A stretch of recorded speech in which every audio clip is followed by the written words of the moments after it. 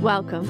I'm Harmony Slater, your host of the Finding Harmony podcast. Over the past 20 years, I've taught thousands of yoga teachers and students to explore the intersection between ancient wisdom and modern everyday life, using mind-body practices to heal, awaken, and manifest their dreams from the inside out.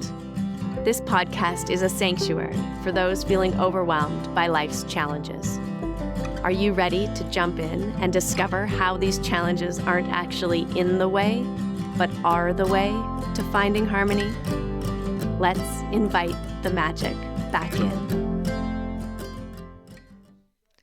Hi, welcome. I'm so excited you're here today. Today we have a wonderful guest, Daniel Simpson, who is the author of a book called The Truth of Yoga. And he's been studying yoga, the ancient texts, from a scholarly perspective for many, many years, drawing on a master's degree in yoga studies and over 20 years of experience. We are going to dive into what he's learned and his impressions of the yogic traditions. He's also the host of a wonderfully interesting podcast called Ancient Futures.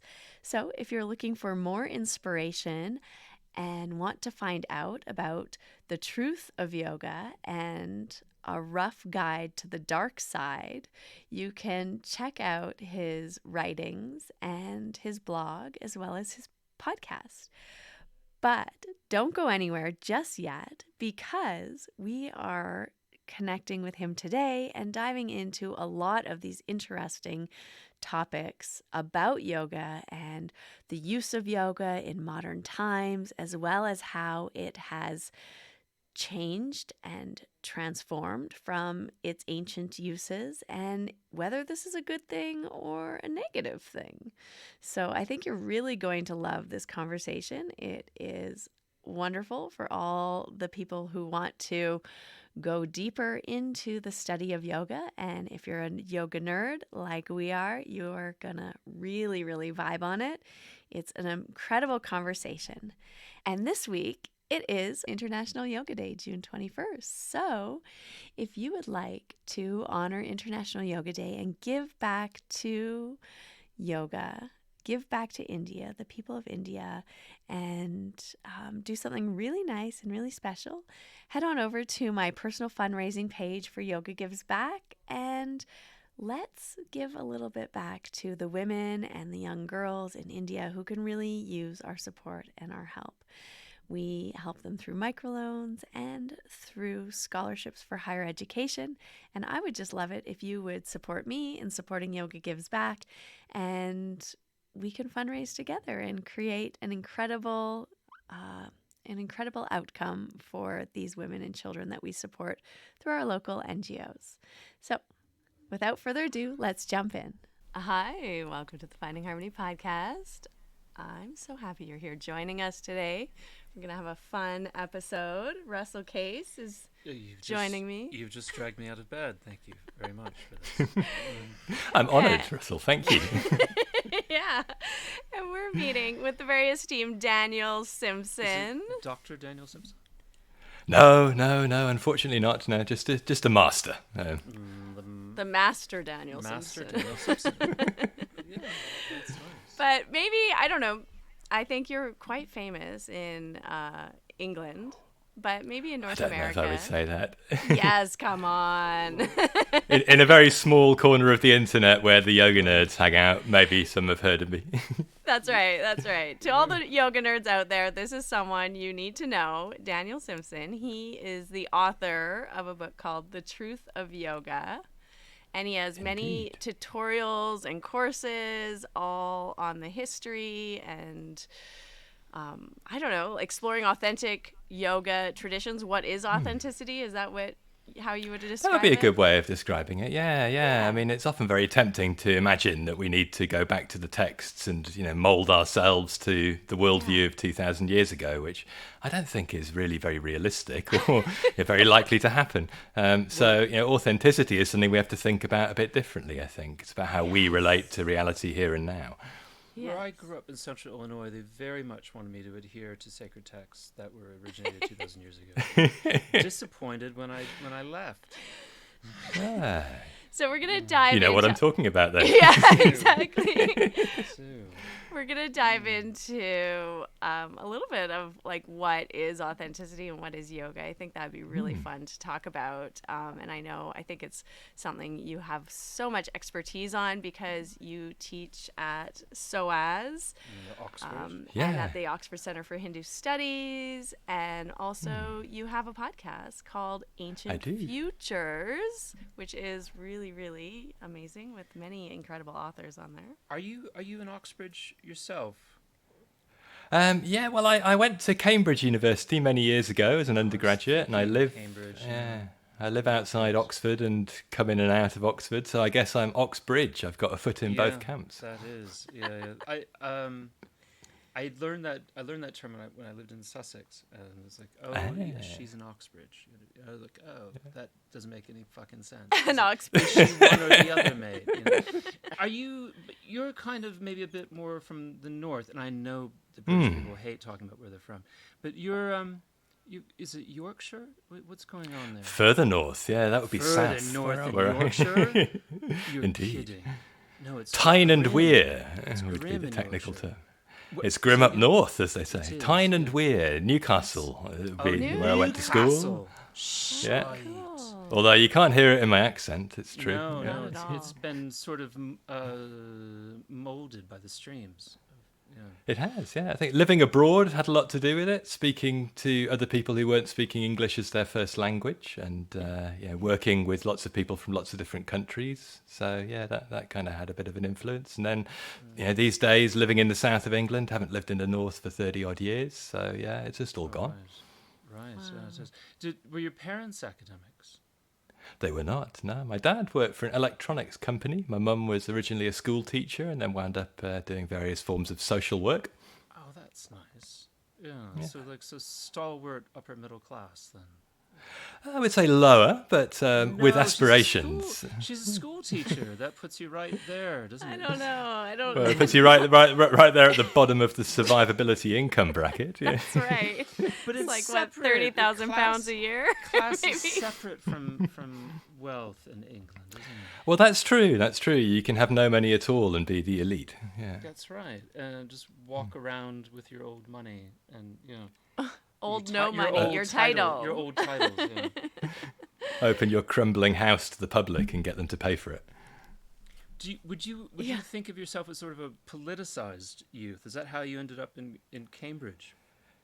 Interesting question. I think I got politicised a little bit by my experience of going to Cambridge. I felt a certain amount of a chip on my shoulder, and I think I got more politicised by what I did after that, which was to go and be a journalist and working as a foreign correspondent, and ultimately working for an American newspaper that was facilitating the invasion of Iraq.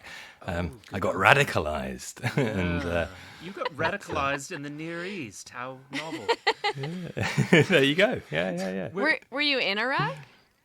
I wasn't, though. Actually, I was in the Balkans, and I was hired to write about the Balkans right after 9/11, when the Americans still had, I think, 60,000 soldiers in Kosovo. And they thought they wanted to know about that part of the world, but they actually didn't. And what they really wanted was lots of stories about, how we needed to go and deal with Saddam Hussein. And so various reporters served those up. And I just sat there incredulous with not a lot to do, a lot of time on my hands, far too much weed in my bloodstream. And I went off the rails, would be the honest answer. Wow. So that's when I got into yoga to recover from that, to be honest. Yeah. Recover, it sounds like an opening, not a Was it injury. traumatic or just pure boredom? Well, I suppose at the time it was, I was angry. I thought it shouldn't be this way. I had lots of delusional ideas about the media. I had lots of delusional ideas about myself, I suppose, having gone to Cambridge and thought of myself as an achiever. I thought I was better than this. And I thought that the people I worked with, who were obviously smart, should be better than that too. And nobody wanted to talk about it. Everybody sort of coughed uncomfortably and were waiting for, a couple of years to go by when they could write the stories about how they knew all along it was nonsense. But at that moment, it was just not the done thing to admit that this was clearly a stunt. And so I just didn't know what to do. you can hear just under his breath that he would have referred to his colleagues like, "Oh, he was a twat." Well, there is, yeah. I mean, I would have used a stronger synonym, Russell. In fact, Stronger than that. Wow. yes, See you next at the time, Tuesday. yeah, indeed. In fact, I did draft a resignation letter in which I said something of that sort, but Wow. I toned it down and just sort of said, "Oh, I don't think I want to stay, thanks." And they didn't really know what to make of that. It's very British of you. It was really, yeah. Sorry. Sorry, I don't want to stay. Thank you. And did you immediately go on the kind of Marrakesh trail, or did you go back home for some time, or Well, yeah, it's a long story. I suppose it all started. We go back to Cambridge when I didn't really know what to do there to fit in, and I discovered that the best way to fit in would be hiding out in my room with my friend playing video games and smoking bongs. And so that was when I developed a tolerance and a taste for overindulgence in the herb, and that, I guess, led me to being interested in hanging out in the Himalayas after I left university and before I became a journalist, which was where I discovered crazy Indian characters who smoked a lot of hashish and sat around fires and called themselves yogis. And so I thought, that sounds good. I want to be one of those, but I didn't know You're anything like, about that's the kind of yoga anything I want to except do. let's just get high. Yeah, that's great, cool. So yeah, that was What was that like? I Where did you go? Yeah. Where were you? The tourist trail, up in the foothills, mainly Manali initially, and then I sort of wandered off into the middle of nowhere, up above Manali, and Amazing. Did you go up to like Gangotri and? I didn't on that trip, and I've still never made it there. I kept saying that's where I was going to go next. I went up to Ladakh that time, and then I went sort of Ladakh's along amazing. the Ganges, to Varanasi, and ended up also going to the Sangam in Allahabad. It was right after the Kumbh Mela, and I thought, I'm going to have to go to the next Kumbh Mela that had been in Haridwar that year, but I wanted to check out the site. It looked amazing, so I went back in 2001 to the Mahakumbh Mela.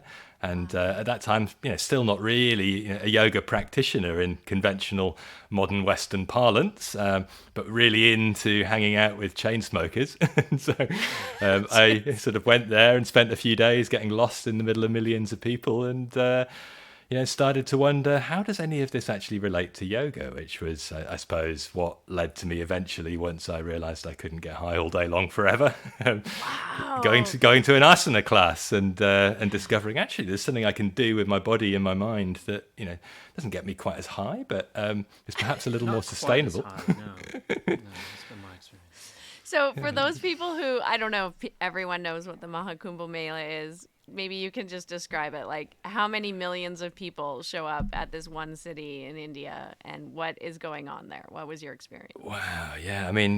It's the biggest gathering of people on the planet, would be the simplest way of summing it up. The numbers that people give are, on the one hand, totally unbelievable, and at the same time, quite plausible. So they say on the busiest days that, more than 10 million people are on this site. So the population of Greater London condensed into this mass. And I remember after the very busiest bathing day in 2001, decamping to a hotel on the outskirts of Allahabad and just watching this endless stream of people for a couple of days, walking off site, carrying their belongings on their head.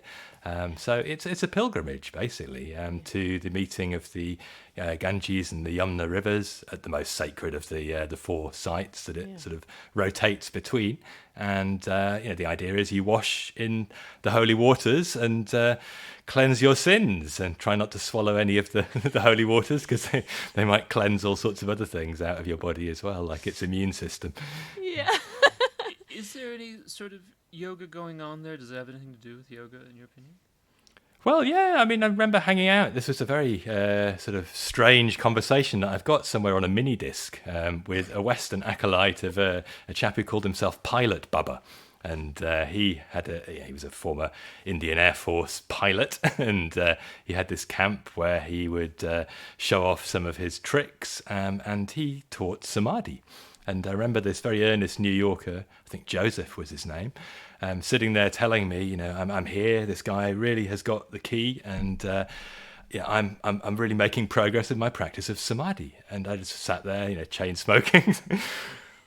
what's samadhi? And I've got this interview somewhere. I must re-listen to it because he did try to explain, and I just didn't get it at all. So there was, in that sense, right there in at the deep end practice of yoga. There were all sorts of characters giving, lectures about various aspects of yoga philosophy. But the main event is these naked sadhus who are there as sort of, I guess the embodiment of what we, as far as we can tell, would call the earliest yogis, world-renouncing types who sort of hung out with no possessions, smearing themselves in ash with dreadlocked hair, and they line up in order in procession to go and bathe first before everybody else, and sometimes have fights as to who gets to go first, because they've also got a history of being mercenary soldiers, these orders of sadhus. And so, they would call themselves yogis, and they might not do anything particularly yogic in our current conception. But they do go in, some of them, for austerities. There's one particular character who I met that time who had his arm in the air for as long as I'd been alive, and it was withered, and I couldn't really see the point. I remember thinking that's a remarkable stubbornness. But I started to understand that actually there's a strong connection. I mean, it's pure tapas, pure self-discipline, pure will. But you sound just like Lord Chelmsford there. The remarkable stubbornness.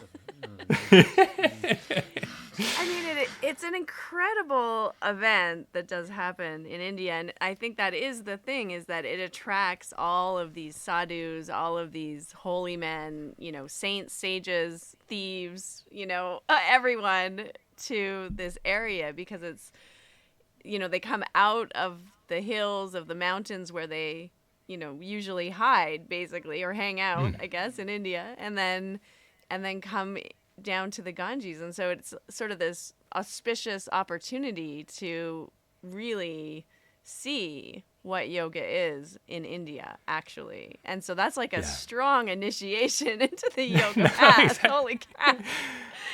I mean, I had dabbled once or twice. I'd been to some meditation classes and struggled to meditate and decided that wasn't really for me. I'd been to a couple of asana classes, felt really stiff, and again, not really kept up with it. I bought Light on Yoga, but never really opened it. And this stuff, kept me captivated. There wasn't any light, no, Russell. It was the dark side I took first.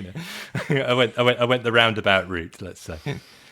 Yeah, it's so interesting to hear like the different paths people take into yoga, and it's no wonder that you have this like attraction now to, or that it developed, of really exploring the origins and how did like this, beautiful cover girl on, Yoga Journal end up representing yoga when like the experience you were initiated into was, dirty, a bunch of people chain smoking, as you say, naked sadhus, like absolutely no like physical sort of pristine, westernized beauty of the body.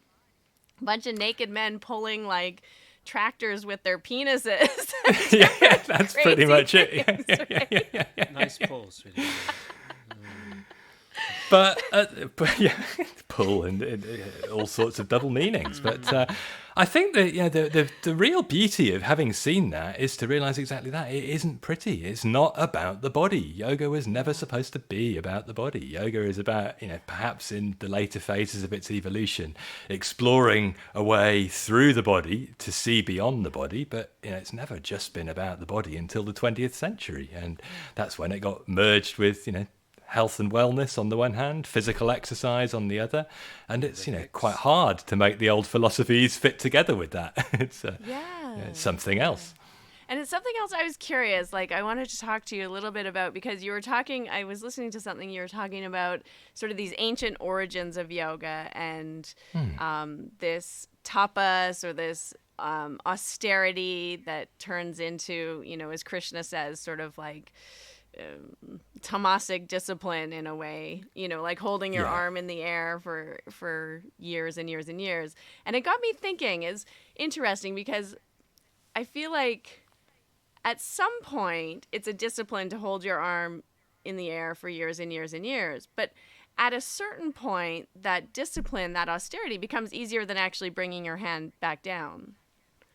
Yeah, I mean, the guy who was talking about Amabarti was his name. He couldn't bring his arm down if he'd wanted to. It was locked there. It was destroyed. He'd wrecked his arm. And in the end, yes, there's no discipline left. It's a bit like the sadhus who wreck their penises to prove that they don't want to have sex, but they've made it impossible anyway. So there's no discipline needed.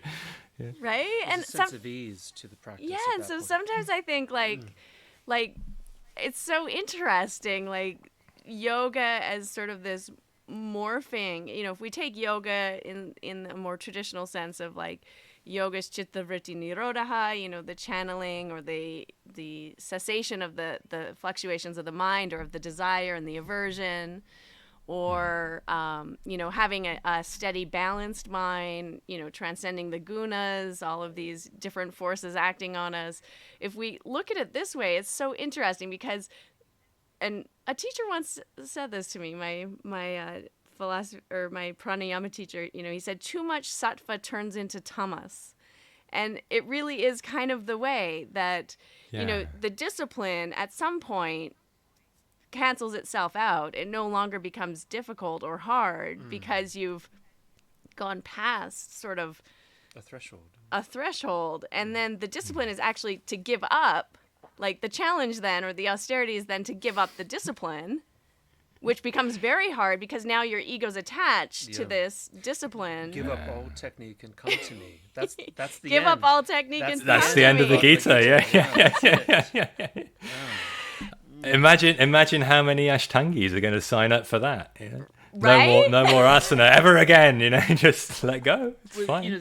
These twisted old inflamed corpuses that are seniors in the Ashtanga yoga practice. A lot of them they can just do like a couple of postures anyway. And I think that you could say that they're unable to, or that's really they're really giving it all they can, or they're just really kind of settling into the ease of the practice. And I think that there might be some kind of real wisdom there, is not being body obsessed. There's a couple. Yeah, but there's a difference also between maybe like choosing to give up the practice and come to me versus it being taken away from you and you not having a choice and lamenting about. Is there a difference? Well, I think there is up and having it taken from you. I think we've got right to the core of what is yoga in that very question, Russell, because it's it's about the intentionality. There, I think, has to be something of that in there. Otherwise, if you could put on a headset that stilled your mind without you having to do anything, which I'm sure we'll soon have the opportunity to test, would that be yoga, or would that just be sort of outsourcing it all to technology?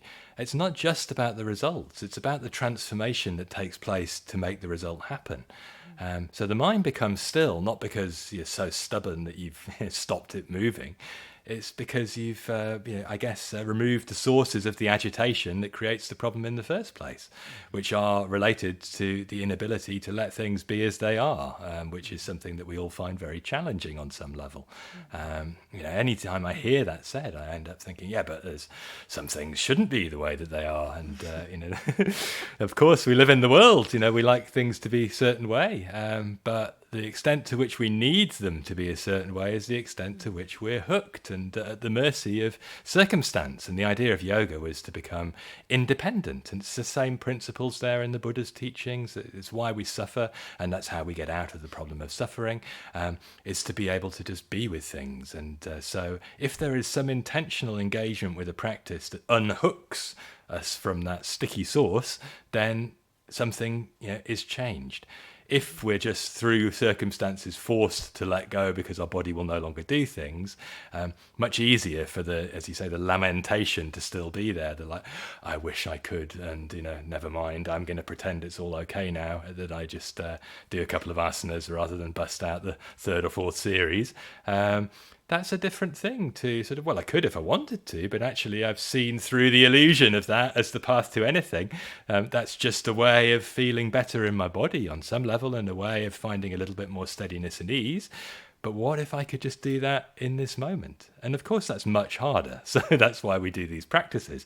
And I've had to find that out for myself as a result of getting older and more crippled. I've got arthritic hips. And, well, these things happen. I feel like I shouldn't be old enough to have arthritis, but I do. And as a result, I just can't do what I used to do. And the last couple of years, I've really let go of asana practice in the way that I thought of it. And I also found it very hard to sit cross-legged. So I became much less willing, I suppose, to make time to sit in meditation, and stubborn enough to say chairs aren't really the thing. And then, a couple of years go by and I'm losing all of my practices. And I realized that actually just talking about the ideas is all very well, but those practices were making the ideas manifest in my experience of life in a way that just talking about them doesn't. And so I've been trying to find my way back. Sort of what's the minimum amount of engagement in some of this stuff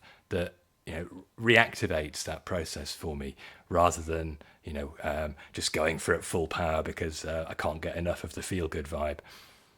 Well, I'm fascinated by this because that's such an extraordinarily profound answer to a devilishly simple question. And how did you go from smoking hash at the Kumbh Mela to being able to answer and then have no idea what's going on, to then fast forward 40 years later to this podcast where you have such a profundity of knowledge on this subject? I don't know. How do you make that transition? What did you do?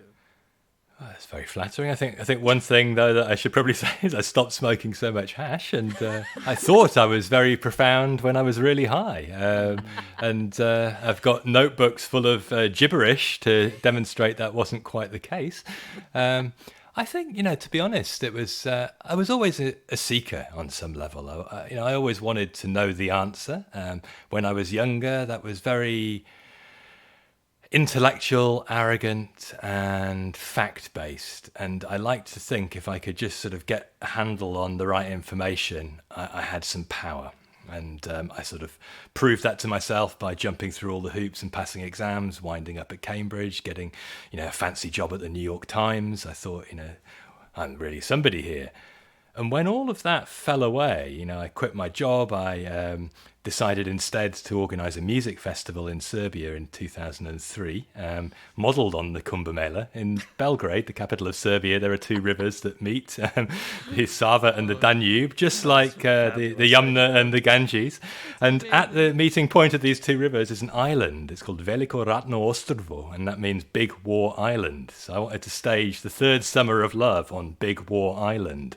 And so we organised this festival. It happened. Lots of people came, but all the money got stolen. I have no idea to this day exactly who did it, but the prime candidates were the dodgy characters who I was in partnership with and some of the gangsters we got involved with to be able to do the event in the first place. So I sort of fled Serbia in a panic, thinking, all of my ideas about myself are clearly deluded. I can't figure out what's trustworthy or not. I was disillusioned with my employers. I was disillusioned with my alternative career path. And I smoked so much hash to try and deal with that I lost my mind. And I realized, something had to give. And I wound up back in the UK. I went to an Iyengar yoga class, and I spent the next 10 years or so being disciplined by largely dominatrixes in the Iyengar world, telling me what to do, telling me what I was doing wrong. And I liked it. I think I needed some punishment. I wanted to atone for my misdeeds. And so I suppose I was, I felt like I had to start learning properly, Russell. I felt like, before I was an arrogant young man who thought he had all the answers. And as I got older, I realized, I don't really know anything. And I need to go back to first principles. What does it actually mean to know? What is this knowledge that I thought I had? It was just information. And there was something, which is why I would interested in going to the Kumbh Mela in the first place, that some of the people I met there, whether they were Indian sadhus or whether they were European hippies who'd been hanging out like sadhus for the previous few decades, they just had something, and it was a way in which they related to the moment, and there seemed to be a wisdom in it, and I couldn't, it wasn't something I could get my hands on. It wasn't information that I could, take off the shelf and fill my head with in the same way. Something had to change within me. And I wanted to know how to do it. And so that just kept taking me deeper into this inquiry. First of all, going to the classes, changing a little bit the way my mind and body functioned, being less and less interested in getting high until I just stopped doing that. Then becoming more interested in, why are we doing this stuff? What's it all about? And then reading the texts that I was told to read, like the Gita and the Yoga Sutras, and realizing they had absolutely nothing to do with a lot of what we were doing in the asana class, and thinking, well, they're getting at something else, and we're all having a nice time here, making shapes with our bodies. But how many Iyengar yoga teachers got enlightened? Was the sort of rude question bubbling up at the back of my mind. And so, I wanted to find people who knew. And then I went and hung out in India for a long time, being a yoga bum, doing what I could to sort of tap into people who seemed to have more of an answer. Then I went back to university and tried to get answers from academics who, had a lot of knowledge about the source material, about the history, know a lot more than me about all of that. Most of what I share is based on the information that I've learned from them. But at the same time, still, I never found my guru in that world who was going to just say, look, follow me and you'll get enlightened. So what I've learned, I suppose, is I have to think for myself, but I have to question myself. And so every time I think I know anything, there's a lovely line in the Kena Upanishad, which basically says, if you think you know, then, you probably do know something. But what you have to do is reflect on the immensity of what you don't know, because that's where you're going to get some wisdom. All of this stuff that you think you know is just going to delude you. If you hang on to that, you'll just be wandering around, with a tiny fragment of knowledge, calling yourself enlightened. Whereas if you really want to see beyond all of that, you need to keep throwing away the sense that I know and embrace I don't know. And I suppose I've been trying to do more and more of that. But obviously having to teach means I have to pretend to know. And people ask me questions and I have to give answers. And then, I rather audaciously wrote a book with a title like The Truth of Yoga, trying to say, there is some truth. But no, what I wanted to say in that book really was, to be honest, that was not the original title. I was persuaded by my partner at the time not to go with my working title, which was Yoga Without the Bullshit. She said, why don't you turn it round the other way? That's a bestseller, I think. No, I should have done it. I think she was right in that it was more respectful to the tradition, but in the end, it should have just gone there and been more ballsy. Second edition. Yeah. Retitling. Yeah, exactly. Yeah. Because there's a lot of bullshit that has sort of, been, I guess, added to ideas about yoga in the Western world in particular, but in India also. And somewhere at the base of it is, a really time-tested framework for seeing through your own bullshit. And, that's something that I try to be guided by. But, day by day, I keep throwing up more bullshit for myself. So it's a lifelong path. I think that's the key, though, is like questioning everything.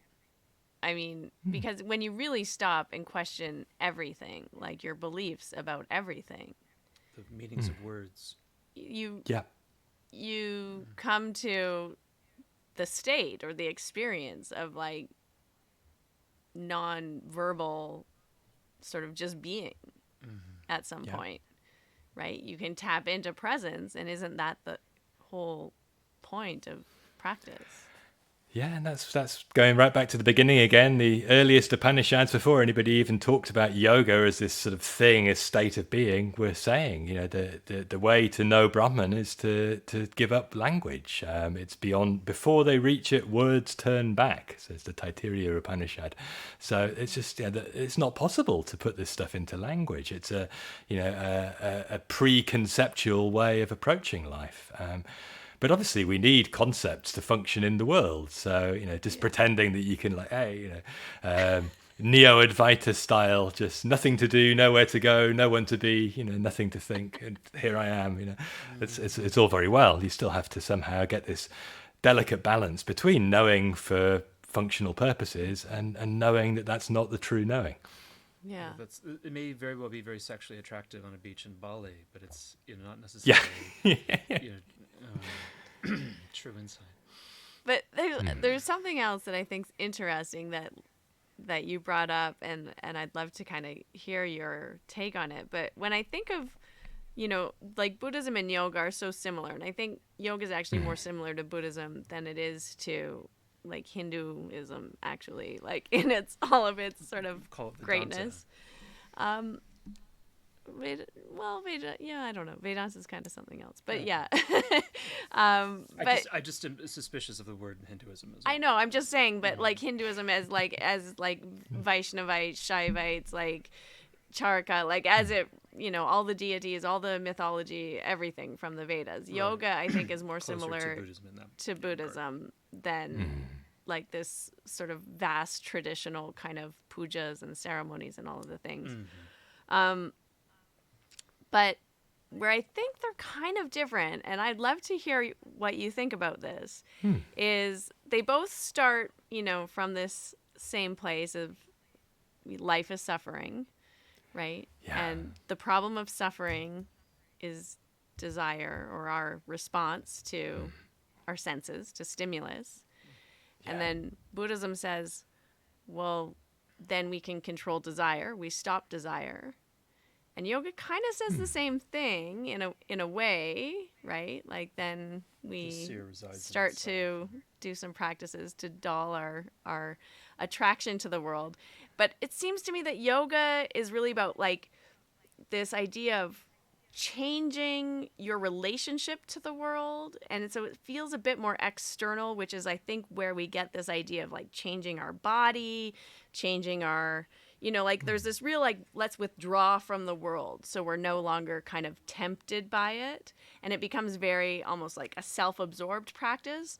Whereas I feel like Buddhism actually is more about, like, the problem isn't the world. The problem is in you, in how you're relating to the world. And so all you have to do is change yourself, and you can just be in the world, right? And you get all these aphorisms like before enlightenment chop wood, after enlightenment chop wood, right? Like there is no difference. It's not about actually coming out of the world, it's about changing your inner world. Whereas yoga, I believe, and here's where you can bring all of your expertise in, is really about kind of withdrawing from the world. And even though it's about changing yourself, it's like, no, you're going to change your whole life. And actually the world is something to be like avoided at all costs almost. Yeah, no, you've put your finger on it there. I think, first of all, to come back to Russell's point about the definitions of words, we've got to acknowledge that yoga has many different philosophies, and although there is a sort of early core to it, it gets taken in different directions, and so we really need to get sort of focused on a particular source. So if we were to talk about the Yoga Sutra of Patanjali, it's very similar to Buddhism and probably manifests exactly the distinction you were describing. But some of the later yoga traditions are influenced much more by tantric philosophy that ends up embracing the world from a completely different sort of philosophical standpoint, but at the same time very similarly to what Buddhism ends up doing, of just saying it's all interconnected, and so it's about how you relate to it. And therefore nothing is to be turned away from on that level. But coming back to the beginning and the basics, I mean, that's why the guy sticks his arm in the air. It's to prove that he doesn't, have any need to engage in the desire to bring it down, and he can do that for so long that it's actually impossible to bring it down. He's conquered desire. So at the crudest level, that's what you do. You renounce the world. You renounce your desire to feed the sensory apparatus with objects of satisfaction. Instead, you take your satisfaction somewhere else, and the ultimate satisfaction is in not needing anything. A lot of these texts say. So that's a famous line in the Mahabharata that gets quoted in the commentary on the Yoga Sutra. Says it's basically 16 times better than all the pleasures in heaven and everything you can get from worldly love. Is this pleasure that you get from not wanting anything. So that's the ultimate goal, to not want anything. But the best way to achieve it from the yoga perspective is to find this thing that isn't caught up in the changing cycle of things coming into being and then falling to pieces again. And that's this idea of a self, and it's permanent and it's timeless, and you can somehow step outside of the wheel of chaos and not come back again and have to do any more of it by being this sort of, Atman or Purusha that stands outside of time. And Buddhism doesn't have that. It says that is just another illusion, the idea of this permanent anything. All we have is this interconnected web of causes and conditions that bring things into being so that they can fall apart again.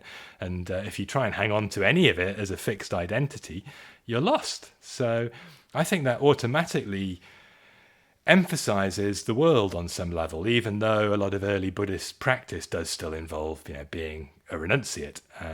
It's still at the same time promoting the idea that there's nowhere to go except here in the world.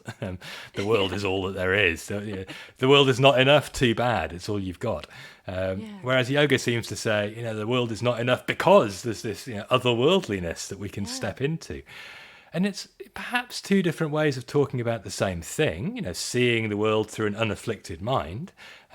Both Buddhism and yoga basically say that the mind at its sort of simplest level is clear and pure, but it's contaminated by these defilements, and so we have to do something to get them out of the way. And they describe the result of that differently. The result in the Buddhist context is, you just see fully, without any delusion, the causes of suffering, and the fact that there is no inherent sort of fixed permanent self, and that everything is interconnected web of dependently arising things, whereas the yoga world says, you step outside and you see that you are the true self, unaffected by anything. And at the same time, they're basically talking about the same state of being that, as you said, is simply just presence. It's the ability to be with stuff as it is, and to not be, contaminating our perception of it with preconceived ideas that usually relate to I like or I don't like. And we form a whole identity out of I like and I don't like. You look at things like dating profiles and they're just long lists of I like, I don't like. It's like people ultimate marketing. It's like, here I am, desire me, and I'm just this long list of likes and dislikes. That's not who you are. As they say in the North, I know what I like, and I like what I know. There you go. Yes. That was always something really interesting for me when I started doing more in business and looking at building a business and how to build a business, a successful business, an online business. And so much of it is about bringing your unique personality to the forefront and, highlighting all of your achievements or your the experiences you've had, and all of these things work to give you your professional abilities or your unique ability to help someone, or how you're teaching, how you're all this, right? And I remember thinking, but I'm not anyone. All of my yoga trainings just taught me to see that all is an illusion and garbage, and I had to really activate a different part of my brain, because I was so feeling very non-attached to my life, actually, anything that ever happened to me.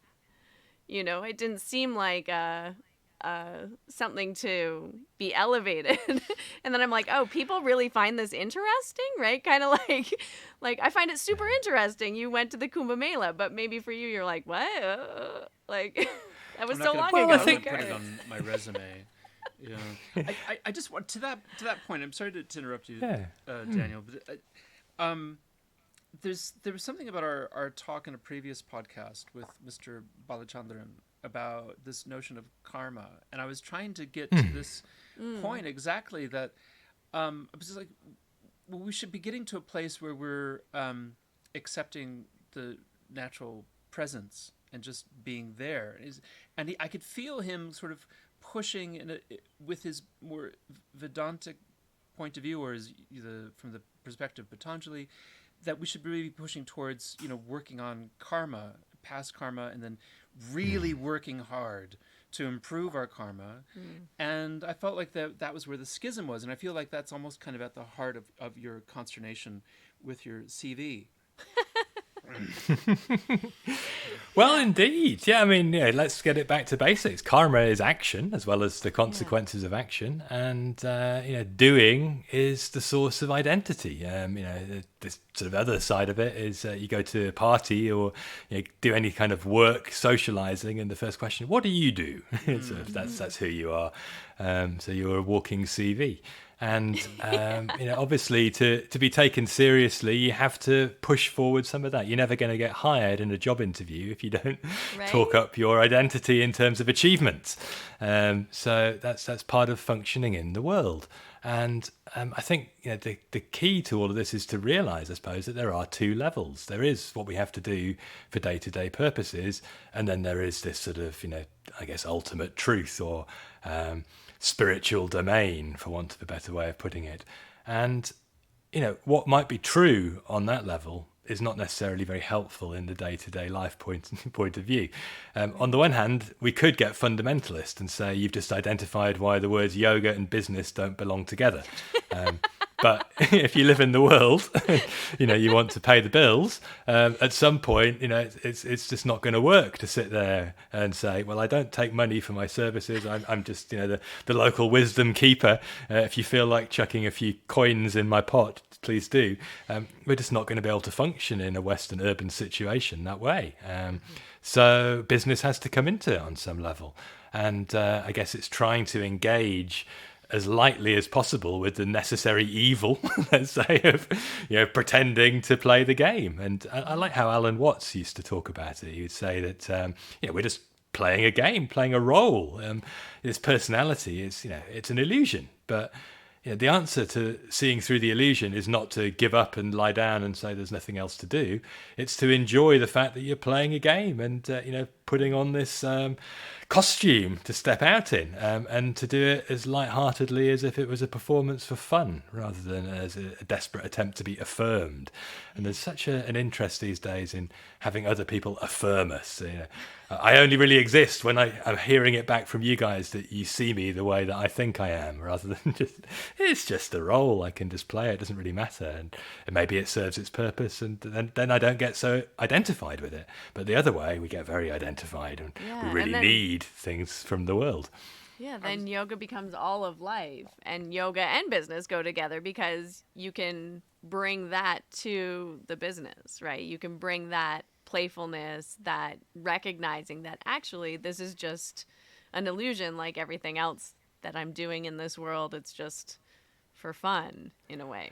Well, to a certain extent, although at the end of the day it does put zeros at the end of numbers on screens, and so there is cash. And then I guess part of it is what I like from the Buddhist tradition is the concept of right livelihood. What is the way of actually engaging with money that is dharmic, shall we say? And I don't have the fixed answer, but I think as with everything related to dharma, the fact that the question arises is helpful. How much is enough? There's a lot of people out there who seem to think it's an unanswerable question and they just need more and more and more. And I think yoga is very strongly emphasizing consistently in all of its teachings the accumulation of stuff is no good for your practice and also completely irrelevant. So at a certain point, enough stuff. So we have to, I think, for ourselves, have some sense of where the limit is with that, and then be able to give it away, whether that's in terms of letting people join us for no money sometimes, or finding some way. I mean, I'm not at the stage where I feel like I've got billions to give away in a foundation or anything, but just finding some way to give back and to see it as an exchange. And the idea that you might die with a big pile of cash and possessions seems to me not very exciting. At the same time, if I had a relative die with a load of cash and possessions, and it would have been rather helpful when I was in school. Yes, and yes.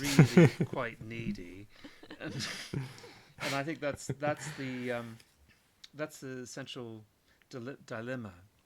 Is that when you have children, you really do start thinking about their a legacy for them, and how they're going to think of you, and so.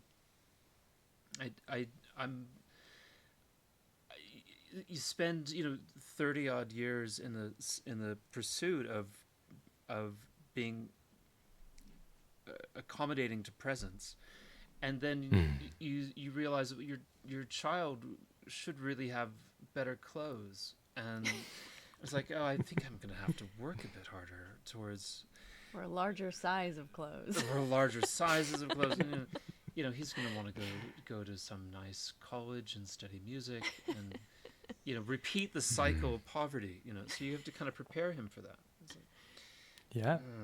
No, these are valid points, and this is where I think the rubber hits the road in terms of yoga philosophy, because we're just demonstrating very clearly that the fundamentalist principles, which you find in a lot of old yoga texts, because there's one word that you could definitely apply to pretty much all of them, which is fundamentalist. They talk in very extreme terms about ultimate states and this and not that, and that just doesn't relate to the messy reality of the 21st century householder path. So we have to find some way of deciding where we compromise.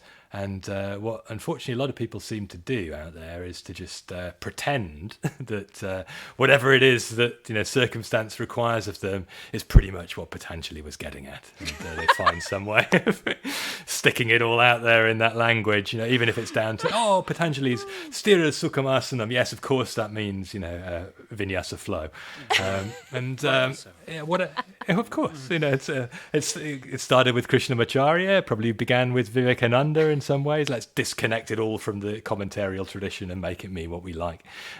But reality though is that texts do have meanings. They do have contexts, and it's at the same time, as I was saying earlier, not in any way realistic to imagine that we can shift time and space to the extent that we can adopt those different contexts. We are here right now, so we have to admit there's a gap and decide how we're going to accommodate that gap and reframe things and admit that's what we're doing, and basically do our own philosophizing instead of trying to make the old texts serve future objectives. I suppose that's why I called my podcast what I did, because I'm always trying to explore how we're repurposing ideas to make them relevant without necessarily abandoning the spirit of them. I think it's possible to keep some of the essence alive without at the same time being totally stuck in whatever prescriptive model these older ideas might suggest.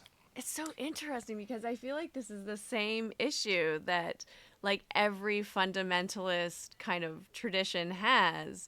Do you read the Bible and take it literally? Do you read the Quran and take it literally? Do you read the Upanishads or the Vedas and take them literally?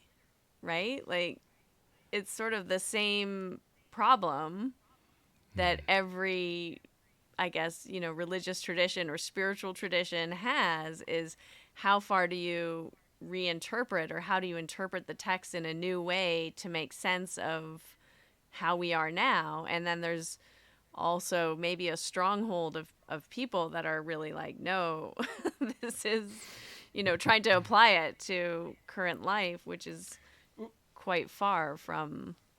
One of the things I had heard when we were in our little Sanskrit class in Mysore is that one of the failings of modern religions is that they've so much divorced the mystic experience from the reality of their organization. And if you have a mystic experience and you can relive the experience of, say, trans-universal love, then that's present in you when you meet the other. But if you haven't had that experience and all you've had is a code of edicts that will allow someone to have a mystic experience, so we all must follow that code of edicts or we're going to cut off your fucking head. And that's kind of what you see. And so it's reinvesting in your I'm not sure exactly how to say that, but how do you reinvest in allowing space for that? Excellent question. I mean, institutions don't like the anarchistic threat of people figuring stuff out for themselves and deciding to dispense with the institution. So that's always been the problem. And yoga is at its heart quite anarchistic in that sense. It says you figure this stuff out for yourself. It's always had a kind of connection to lineage traditions though as well. So in a way you defer to the boss to a certain extent, but the idea is eventually, you don't need to hang around the boss anymore because what he tells you to do will work, and you will be one of these characters who stands outside time. And so I think, it's very hard to combine institutions with genuine mystical experience without everybody standing up and ending up being, also being potentially the Messiah. It's Monty Python's Life of Brian. It's suddenly like, he's the Messiah. No, he's not. He's a very naughty boy. It's the same problem. We're all just people. We're all just doing our stuff. No matter what state of realization we might imagine we've attained, we're still human and subject to the challenges of being a human being in this body in this lifetime. And I've never met anybody yet who had completely escaped that. They might have had more refinement in their awareness of what's going on, and more skill at accommodating the true nature of things. But in the end, it's still a moment to moment practice in that sense. So that's the thing that has to be practiced, showing up in each moment with that awareness. And that's something that doesn't need to have anything to do with an institution. So at the same time, how do you transmit it unless you've got a lineage structure of people sharing ideas that's passed down? The problem is the passing down. I mean, that word tradition comes from Latin, and it means handing over. So handing over from one generation to the next. But it also has the connotation, therefore, of handing over in the sense of giving people up for punishment. So betrayal. So there is this idea. To hold on to. Yeah, so there's something there about the tension between those two possibilities of keep holding fast to the certainty, and completely surrendering all of it. And somehow the living nature of tradition is a constant process of reinvention. And you see this in all Indian philosophies, certainly. That's what I know best, I suppose, from my recent studies. But I think we see it in the world at large. People are always reinventing stuff and saying it was always that way. It's how it's how we invented the royal family in the United Kingdom. This sort of 19th century publicity stunt to try and ensure that they hang on to their wealth and status. Was cooked up. They could have gone down that road. They decided because we didn't have a written constitution, it was probably safer to turn them into a tourist attraction than it was to try and deal with the messy business of unwinding 1,000 years of fudges. Safer for them. Because they would just get a big demotion at this point. People have been killed. I think they're doing that to themselves. Yeah. I mean, you look across the channel and you see what happened to them. It's like, well, let's be nice.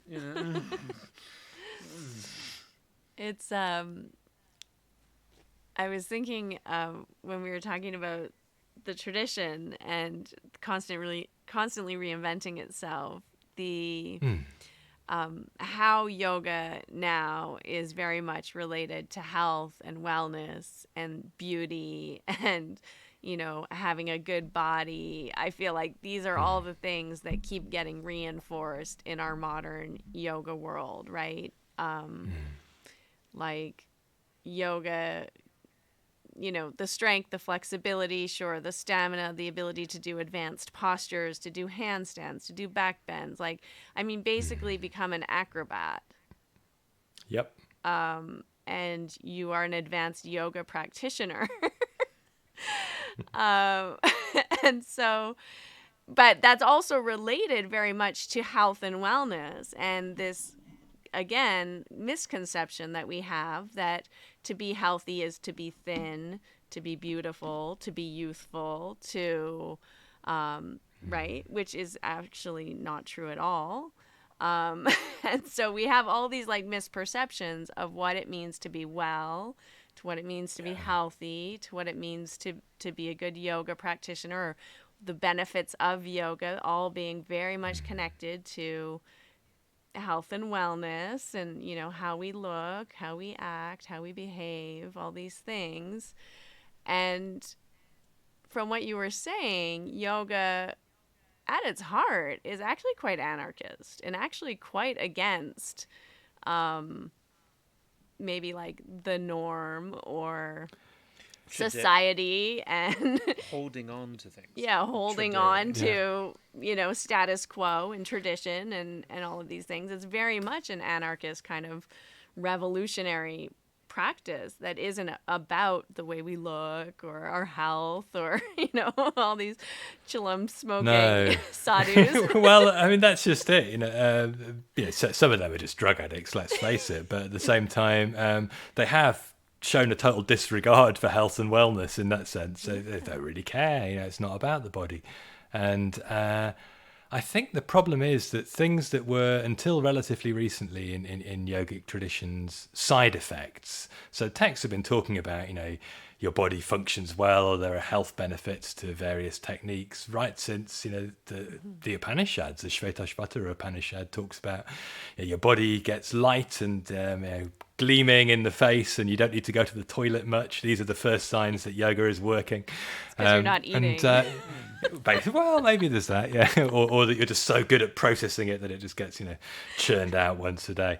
But the idea seems to creep in with modernity that the old ideas that yoga had about the body, which were basically using this kind of alchemical crucible in the torso to blow your mind, were no longer, I guess, compatible with the way that people see reality.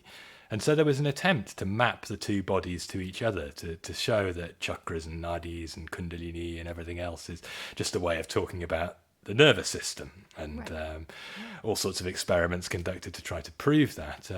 They're just two different things. I mean, they might have an experiential kind of crossover, but they are different things.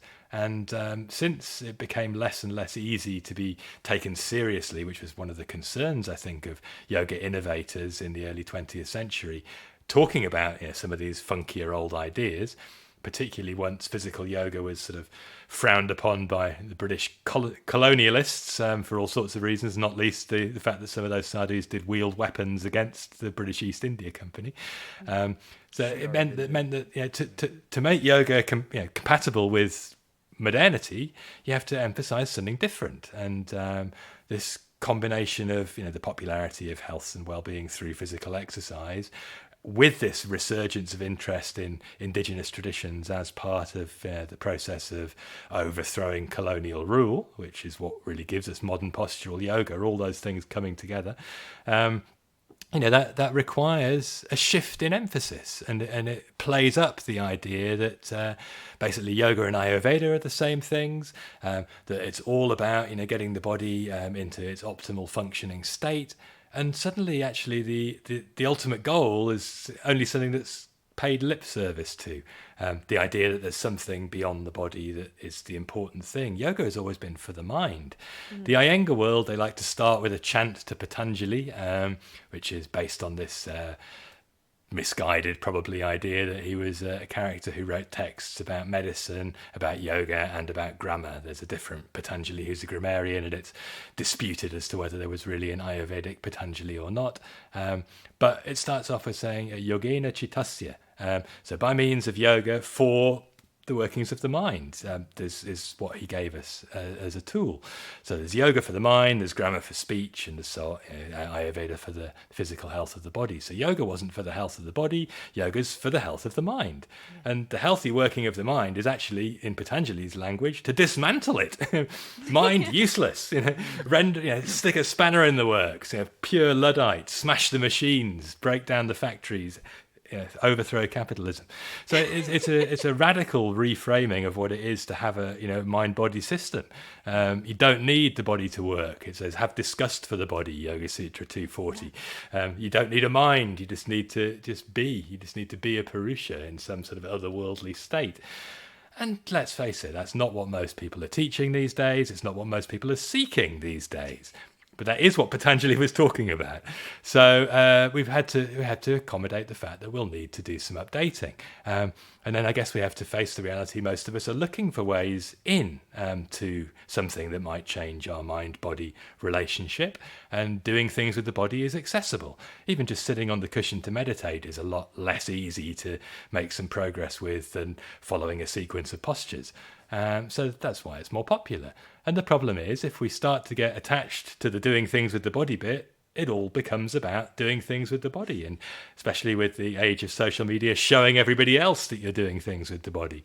And we just get stuck on that level. So there's no harm in doing things with the body. We just have to remember that it was always supposed to be a tool to see beyond any kind of attachment to the body. And that's where I think it helps to really study the difference between what old texts are talking about and our modern assumptions, and to interrogate both and to say, we don't sort of stick with the modern assumptions or the fundamentalism of the text. We find this creative synthesis of those two things that serves us without betraying everything about the tradition, which is what you do if you make it just about looking good naked. I want to say that in defense of the 14-year-old Instagrammer doing backbends in Long Beach and really pushing her 12 million subscribers to do yoga. In her defense, I think about the modern postural yoga in relationship to state building in India at the turn of the 20th century, 1900. The push towards belonging in the Olympics, to being its own state, to the nationalism of wearing khadi cloth, Sri Aurobindo blowing up the British consulate, and these sorts of propaganda movements, and trying to legitimize yoga as having health benefits and being a equal, let's say, or even just perhaps supreme version of a complete exercise for the mind and body. And it's all sort of being broadcast to the states that are also participating in the Olympics and building up states and gearing up for World War I and World War II. I think, and kind of then that kind of arrives as Hindutva and the current state of India. I think that's a kind of a through line. And it's not that different from what that girl is doing on her Instagram page. It's a kind of propaganda for leverage. Sure. I mean, we've got that now every, whatever it is, June 21st with International Yoga Day. Some sort of mini Nuremberg rally with everybody in sequence, busting out some shapes, led by the Prime Minister of India. So there is this kind of awkward synthesis between yoga and politics that's been very productive, as you say, from the point of view of giving us a practice that's actually, something that got us all interested in the first place, because there wouldn't have been modern postural yoga without that kind of intersection. And it's also now given us a different kind of a problem, which is, as white Western yoga teachers, we are being reminded, and I think rightly so, that we need to pay attention to what we're doing with this tradition that we didn't grow up in, and think carefully about how we relate to it and whether we're being respectful to its fundamental principles, even if we're not going to be fundamentalists. Then it's often the case that people don't know what to do about that. And rather than do what we've been talking about, which is thinking for ourselves and trying to be responsible and, being fully autonomous in the sense of, I'm going to engage in what makes sense to me, and, I'm not expecting everybody to like it. And I'm also not going to reframe my identity around whether somebody calls me a cultural appropriator or not. But at the same time, I'm going to listen if someone's going to criticize me to see whether there's something I need to think about here, whether my own bullshit has got in the way of my clear seeing, to come back to the earlier language. That's a project. It's a difficult project. It's something that most people don't know how to engage in because we haven't got support structures. how many yoga studios have got a session once a week where you all sit down and talk about this stuff? I don't know of any. And you might get to do a bit of it in teacher training if you're lucky, but most of the time you're too busy trying to learn all the other things, and the bit where you talk about ideas gets shrunken down into the 8 limbs, the chakras, and maybe that's it. And we really need this opportunity to speak. I mean, it's what I do. It's what I'm about to launch a program for a year-long kind of immersion in the history and philosophy of yoga, as well as how the hell do we make sense of our place in all of that. Which I'll be offering through my website, truthofyoga.com, if anyone's listening and wants to sign up to find out more.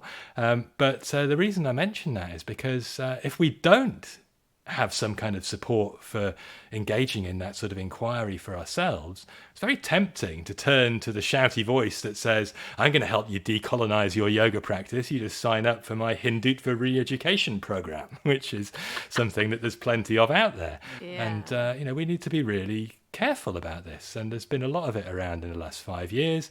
And we need to wise up, both to our own bullshit and to the fact that there's lots of other people who've got their own bullshit that they're maybe not wise to, who might be trying to sell us all manner of things, tapping into the mood of the moment. All of this conversation made me think of a couple of things. One is, I feel like part of our current yoga circumstances really was like this, the perfect immersion of physical yoga happened in North America at the same time as like jazzercise and aerobics, And I think without jazzercise and aerobics, we would have a very different yoga culture than we do today. Yeah. But it was like the perfect storm of just synergy. like, I want spiritual jazzercise. I want spiritual aerobics, Jane Fonda happened at It's something just to the think right about. time. Yeah, it's something really to think about. Because I'm not sure we Absolutely. would have the same attraction to it as But it's a massive generation of baby boomers that were aging at just the right time. just the right time that they were like, I can't do all this jumping anymore. Let's do some longer hold stretches and still get the same benefits and still wear our leotards. Exactly. Yeah. And then when Madonna goes on Oprah Winfrey and says, this is how I've got such great toned upper arms. And, Madonna everybody's arms. Exactly. And then the celebrities kind of boosted up definitely the Ashtanga world. But then also what you were saying about like questioning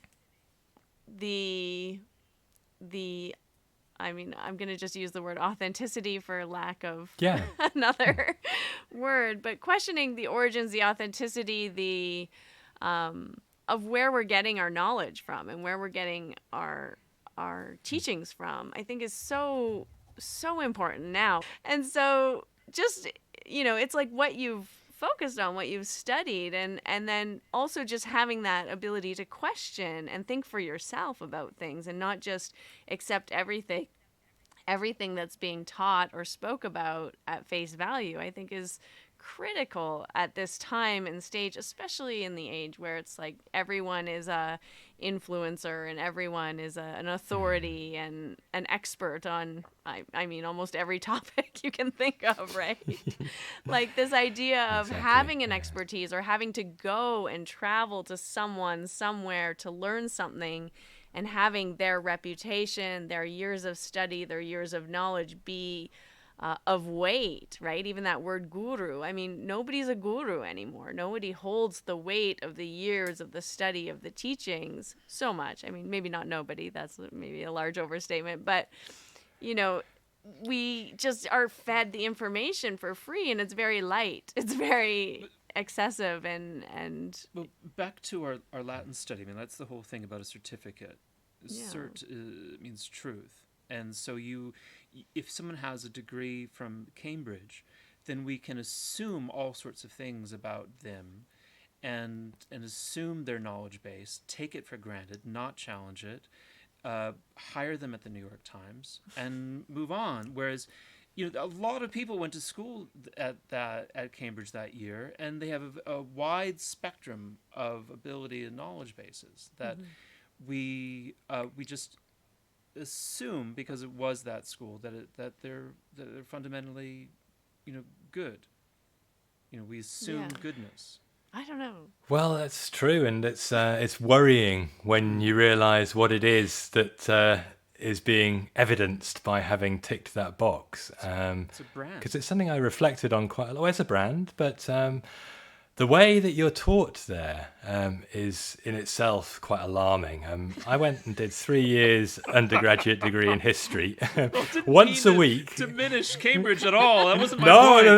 no. Let me add it. We went through this course where once a week I had to go and sit with a professor who was very knowledgeable and present an essay that I had written based on very little reading that I'd stayed up all night to write, and then they would tear it to shreds and explain why I didn't know anything. But that's all I had to do once a week. So that's partly why I got to sit around and get high all the time, because I didn't have to go to any classes, didn't have to do any work. And so what it actually taught me, which is what it teaches a lot of people who then go on to run the country or become captains of industry or lawyers or other people who are very skilled on the basis of a plausible level of understanding and skill with words, capable of manipulating other people's understanding of stuff. It's to be a bullshit artist, and I was a very good bullshit artist. I was trained in this capacity to hoover up a lot of information very quickly, sort of come to some relatively plausible sounding synthesis of it, and then spit it out and then go phew. And actually by the end of the course I figured out that I didn't even need to bother to do that. I just needed to turn up and say, I'm really sorry, I'm having a bit of a problem this week, I didn't write my essay. And they'd say, you stupid fool, this is the stuff that you should have read, and if you'd really studied you would have learned this. And I just write it all down and then go and regurgitate that in the exam. So this is how these kind of skills are passed down that enable people to be such lightweight politicians as we've had in a succession in recent years running our country, all of whom went to Oxford. It's worrying. And so when I saw sort of that was partly what had enabled me to succeed in life, I got very depressed and thought I actually wanted to know something rather than just know how to pretend to know things. So little rant over. Sorry. Yeah, It no. sounds like that's how a Nardo Iannucci television show is developed. Is right on that premise. Is like this is he created Veep in the States, Veep, but in the thick of it in England is a denunciation of that paradigm, Which he would know, having been part of it himself. So Yeah. But so this is like the heart, I guess, of like another really challenging question of our time is how, how do we decipher what is authentic or who has the credibility or the credential or the certification? What is true? How can we? How can we know? Didn't you? Well, What's in the my truth defense, of yoga? Let's see this book. let's Let me have a the truth of gander. yoga. The truth of yoga. let's have a look here. What does it say? Page 1. No, it might have to be page 2. Yeah, page 2. There has never been any such thing as one true yoga. So the problem is that everybody wants to tell you the truth, and it's only a partial truth. Nobody's got the truth. There is almost no such thing. When we talked earlier about things beyond words, maybe that's the truth, but can't bottle that and package it. Can't write So a it's book very, about very that. hard. No, exactly. And what I tried to do in this book was to summarize what the main yoga texts say, so that we can at least be clear about that side of the story, and also be clear about the fact that they're probably not saying what we'd like them to say, and therefore that we might need to do some reframing and rethinking and to be honest about that. And that's how we deal with the cultural appropriation question. It's not to sort of pretend that we're not going to change anything. It's to be totally open and transparent about what we're adapting to circumstance, which actually isn't what a middle generation of reinventors have done on our behalf, such as Krishnamacharya, who pretended that all these things were either revealed to him in a dream or written on long lost documents that nobody's now able to have a look at. So you don't get to see the join where he gets two different things and bolts them together, and I think we can talk about that. But coming back to the honest question, the difficult question, the honest answer is it's very difficult to tell who's worth listening to, and I think actually all we can really do is to be skeptical, to try things on for size, and to ask questions. And my own personal rule of thumb is anybody who doesn't like me asking awkward questions is not somebody I want to spend any time with. Also, as a teacher, if anybody just wants to endlessly ask me awkward questions and not think for themselves, I'm not that interested either, because that's part of the point is not just to be a fly in the ointment, but to think creatively. But I think that's what we have to do, is ask questions. And in these traditional lineages that we've been part of, there wasn't much space for that to a certain extent. Partly language barrier. I mean, I spent most of my formative years in the Iyengar world. I met Mr. Iyengar. He was terrifying. And I wouldn't have dared ask him anything. At the same time, there was this sort of idea that was passed down the chain of this is the truth and don't question it. So you couldn't even ask your local teacher anything because they would just refer it back up the chain. It comes from Guruji. So it was just all inflexible dogma, right, left and centre. So when I then sort of dabbled in Ashtanga after that, I had no interest in learning the dogma or trying to submit to any of it anyway. And I guess that's what freed me up to think a bit more independently. But now that we don't even have necessarily those same structures of hierarchy, or there's a lot more openness, or there's so many people involved that not everybody gets to ask the questions anyway, it's just a different situation. So I guess we have to ask ourselves questions, but it's most important to me when somebody's trying to tell us something to say, well, on what basis are you telling me this? And if they can show you, like say, well, I'm trying to explain what it says in this text, in this line, and here are some translations that you can go and look it up in. And if you really want to see the Sanskrit, here it is. And here's where I think this person has slightly reframed that to serve his agenda because he's actually a Vaishnava and it's a Shaiva text. And you can get into all of the internets. And if somebody speaks that language, then at least, you can verify what they're saying. It's like they've got footnotes in the book and you can go to the footnotes and look up the footnotes and actually they do say what this person claimed they said. Then, perhaps there's something to learn there. But nobody is the guru in terms of the source of dogma. We need to get out of the mindset of thinking that anybody's got the answer. There is no magic answer apart from to ask the question. If we keep asking and inquiring, we've got this alertness and aliveness that might be helpful. Otherwise, we shut down the mind and waited for somebody else to fill us with all the things that we think that we need, rather than being engaged in a process of seeking. Daniel is just the person I would have kicked out of my class in Brighton. Yeah, I would have enjoyed that. And I'm sorry we missed each other. You could have just given me a really hard pose and a really strong adjustment. There's no questions here, mate. Just keep the trap shut. But this has been really gorgeous. I really want to thank you for your time. And it's really a great pleasure. Where can we buy your book? Give us all the info. When are you starting your course? Yeah, well, all good bookshops hopefully will be able to order it for you. It probably won't be in that many of them, but it's published in the US by North Point Press, who published a bunch of other Ashtanga-ish books. Right. The Guruji book was once out by them. When Bryant's Yoga Sutra book, same publisher. But truthofyoga.com. If you go there, you will find all of my information and courses on all of the main yoga texts that you can study either on demand or if you catch the right moment. I run them all live periodically, so we have Q&A where we can interact in the way that this podcast has proceeded, rather anarchically in all sorts of different directions depending on who shows up and what they're interested in. And the year-long program that I'm going to be launching, that's going to start at the end of September, so it'll run through a full academic year.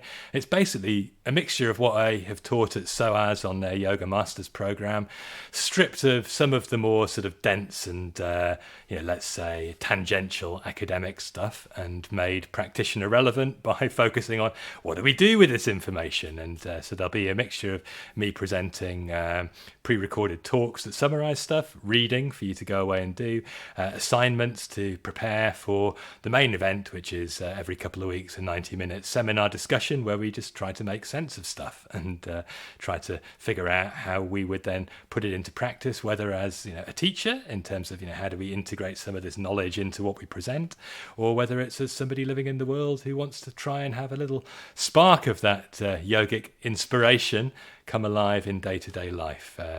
So we won't actually be engaging in a lot of yoga practice, but hopefully it will be practitioner infused to the extent that it seems relevant and directly applicable, rather than dry and dusty and belonging in a long closed library that nobody dares enter any longer.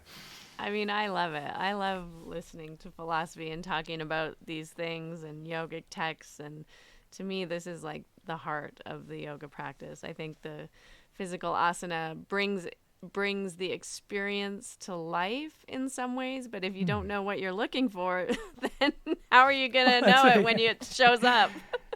Exactly. We need a map and a compass so we can navigate, and that's what the philosophy is for. And you don't need much of it. Not everybody has to go and do a full year-long program. But although recommended. Well, of course, truthofyoga.com. Yeah. Well, thank you Thank so you both. much. This has been a lovely chat. No, it's been really rich. Great questions. Real pleasure to talk to you. Thank you. Thank you.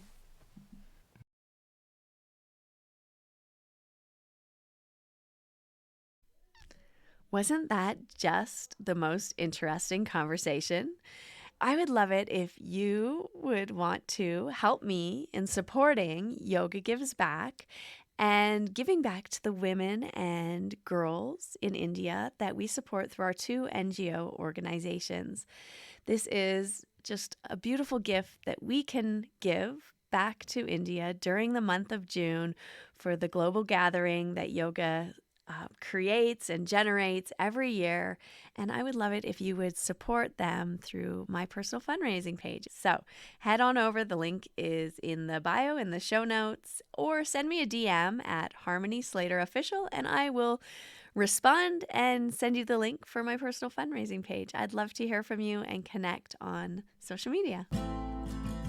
That's it. We've concluded another episode of the Finding Harmony podcast. I just want to thank you so much for doing the work that changes the world, starting with yourself. It truly does make a huge difference. Please make sure you have your automatic downloads turned on wherever you listen so you don't miss any of the upcoming episodes. I have so much more magic I can't wait to share with you. Lastly, if you're on Instagram, I love connecting and hearing from you. So come on over and say hello at Finding Harmony Podcast. And you can also come say hello to me personally at Harmony Slater Official. Thank you again for being here. I cannot wait to share more with you in our next episode.